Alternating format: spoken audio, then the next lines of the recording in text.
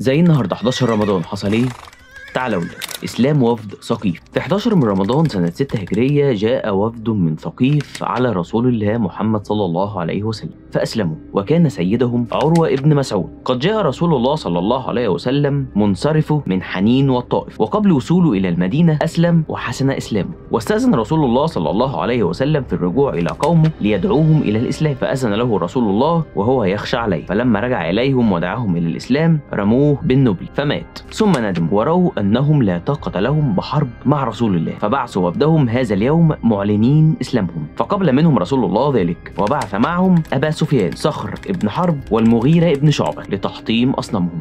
انتصار المسلمين في موقعة البويب في العراق. في 11 رمضان سنة 13 هجرية انتصر المسلمون في موقعة البويب في العراق. أرسل الفرس جيشا بقيادة مهران ابن بزان، وعبر الفرس الجسر إلى موضع يسمى البويب، والتقى المسلمون معه في حرب عنيفة كانوا بقيادة المثنى، وقد نصر الله المسلمين نصرا أعاد إليهم ثقتهم في أنفسهم بعد هزيمة موقعة الجسر. في 11 من رمضان دخل السلطان سليم مدينة دمشق، ففي عام 1516 ميلادية وبعد فتح بيقلي وأورفا والرقة والموصل اتخذ السلطان سليم جميع الاستعدادات اللازمة لمحاربة المماليك في الشام ومصر. تقابل الجيشان العثماني والمملوكي بالقرب من مدينة حلب في واد مرج دابق، وكان النصر حليف العثمانيين، وانسحبت فلول جيش المماليك إلى مصر. تساقطت المدن الرئيسية بسهولة في أيدي العثمانيين تباعا مثل حلب وحماة وحمص ودمشق وفلسطين وغزة، وأصبحت الشام في قبضة سليم الأول في اليوم 11